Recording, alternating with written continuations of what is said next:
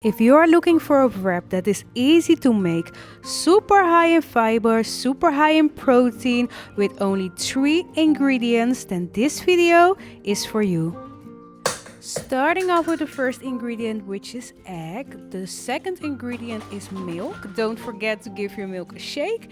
The third ingredient is oatmeal, super great for the fibers. And the last ingredient is flaxseed.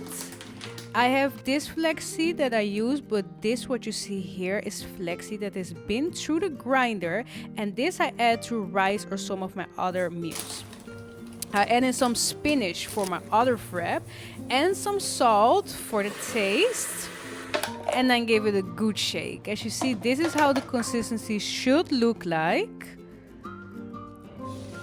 And once we have heated up the pan, we're gonna add the mixture to our pan and then give it a little fry up. You can see once you turn it around and you take out the wrap, it is super soft, super mushy, super flexible, really high in fiber. And the spinach one, guys, let me tell you, I love the spinach one. You can see how I decorated. I decided to go with chicken and avocado, and for the other one I decided to go with some tuna. As you can see,